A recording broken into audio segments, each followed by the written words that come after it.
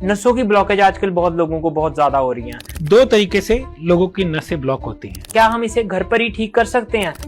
और ये ऑर्गेनिकली आपकी जो ब्लॉकेज है, ब्लड थिनर है, ये हार्ट की प्रॉब्लम से बचाता है।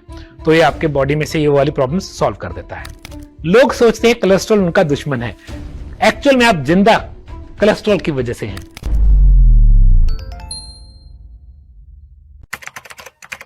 नमस्कार, डी5 चैनल हिंदी देख रहे सभी दर्शकों का मैं विभोर चट्टा स्वागत करता हूं। आज हमारे साथ स्टूडियो में मौजूद हैं हेल्थ कोच रविंदर सेन जी। रविंदर सेन जी, आपका बहुत बहुत स्वागत है डी5 चैनल हिंदी में। जी थैंक यू। रविंदर सेन जी, नसों की ब्लॉकेज आजकल बहुत लोगों को बहुत ज्यादा हो रही है और कहीं ना कहीं बहुत सारे कारण है। मैं कारण भी जानना चाहूंगा और क्या हम इसे घर पर ही ठीक कर सकते हैं, उपाय भी बता दीजिए। जी, दो तरीके से लोगों की नसें ब्लॉक होती हैं, है ना। आर्टरीज में जैसे बोलते हैं कैल्सिफिकेशन हो सकती है, या कोलेस्ट्रॉल बढ़ने की वजह से नसों में ब्लॉकेज हो सकती है। पहले तो ये समझोगे ये हुआ क्यों जी।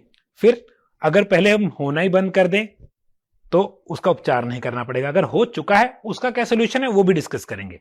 सो दो रीजंस की वजह से ब्लॉकेज हो रही है, या कहेंगे जैसे हम बोलेंगे वो धीरे धीरे अंदर से मोटी हो रही है, तो उसका रेडियस कम हो रहा है। देखिए समझिए, एक पाइप है, उसके अंदर कोई चीज प्लैकिंग कर गई तो दिखने में उसका डायमीटर अंदर से, बाहर से तो उतना ही है, अंदर से डायमीटर कम होता जा रहा है। तो खून को कम जगह मिल रही है पास होने के लिए, जिससे ब्लड प्रेशर बढ़ सकता है या कहीं पे कोई हेमरेज हो सकती है। तो ये ब्लॉकेज हुई क्यों? लेट्स से दो रीजन है, कैल्शियम या कोलेस्ट्रॉल। कैल्शियम वाला रीजन कहां से आया? अब कैल्शियम बॉडी में कैसे बढ़ सकता है? लोग बोलते हैं हमारा कैल्शियम कम है मगर ब्लॉकेज है। तो दोनों चीजें कैसे ऐड कर गई?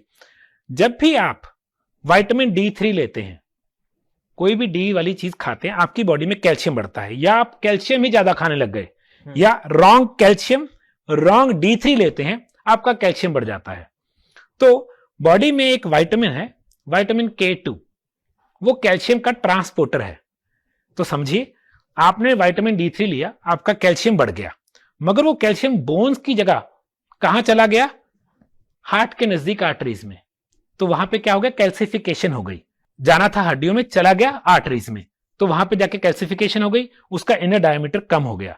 तो हमें हार्ट की प्रॉब्लम आ सकती है, हार्ट अटैक हो सकता है और बहुत कॉम्प्लिकेशंस हो सकती हैं। तो इसमें पहले तो D3 की जरूरत है कि नहीं?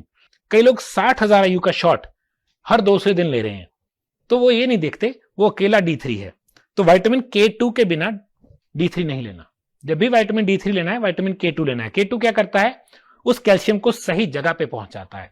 कई लोगों के बोन्स के जॉइंट्स में कैल्सिफिकेशन हो जाती है, फिर आर्थराइटिस या कैल्सिफिकेशन ऑफ जॉइंट्स, उसमें बहुत दर्द होता है। वो भी वही बात है, D3 ने कैल्शियम बढ़ाया मगर कैल्शियम ट्रांसपोर्ट सही जगह पे नहीं हुआ।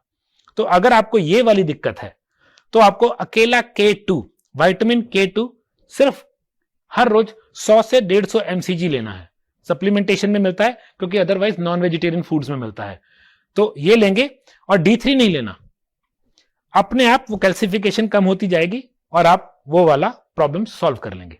अब दूसरा कारण जो कि ज्यादा खतरनाक है, कोलेस्ट्रॉल के पैचेस हो जाते हैं।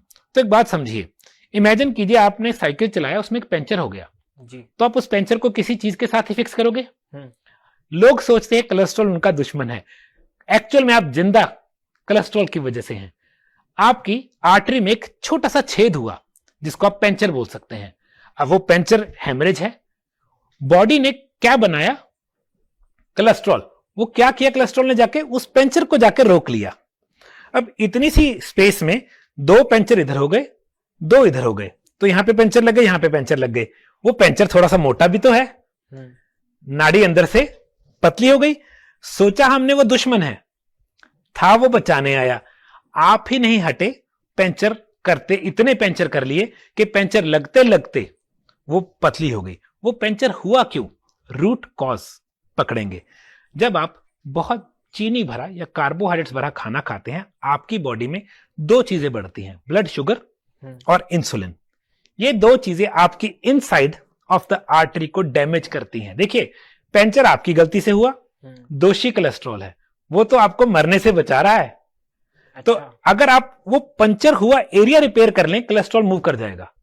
वो तो तब तक रहेगा जब तक पंचर है जी। तो अगर आप बहुत हाई कार्बोहाइड्रेट्स वाला खाना या बहुत चीनी वाला खाना खाते रहेंगे, आपके पंचर होता रहेगा। उस पंचर को बचाने के लिए क्या आएगा? कोलेस्ट्रॉल।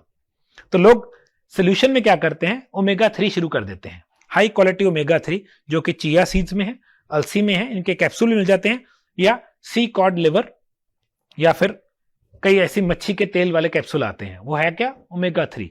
वो कोलेस्ट्रॉल को मेल्ट करता है। मगर अगर हम रूट कॉज ही ठीक कर लें, खाने में अनाज, चीनी और ये मैदा, नूडल, बर्गर कम करके बंद कर दें, आपका इंसुलिन लेवल और ब्लड शुगर लेवल नीचे आ जाएगा। वो कोलेस्ट्रॉल बनेगा ही नहीं, उस स्टोन को, सॉरी, उस पंचर को बंद करने के लिए कोलेस्ट्रॉल नहीं आएगा और आपका काम वहां पे हो जाएगा। तो ये सेल्फ इन्फ्लिक्टेड प्रॉब्लम बोलते हैं कि पहले हमने कुहाड़ी मारी खुद के पैर पे, अब हम जा रहे हैं कि उसको रिपेयर करवाने। तो पहले डाइट ठीक कर लें ताकि पंचर लगे ही ना। सर आप नुस्खा बता दीजिए कि अगर किसी की आर्टरीज में ब्लॉकेज हो गई है उसको कैसे खोल सकते हैं? बहुत सिंपल है जी। हम क्या करेंगे? हम उनको बोलेंगे अलसी भून के रख लें।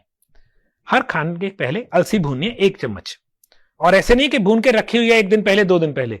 अलसी भूनी, उसको चबा के खा जाए, उसको पीसना भी नहीं है। उसमें बहुत अच्छी क्वालिटी का ओमेगा 3 है। जब आप पीसते हैं ना, उसको ऑक्सीडाइजेशन से खराब हो जाता है। ऐसे ही 1 बड़ा चम्मच चिया सीड्स आधे गिलास पानी में डाल के मिक्स करके रख दें।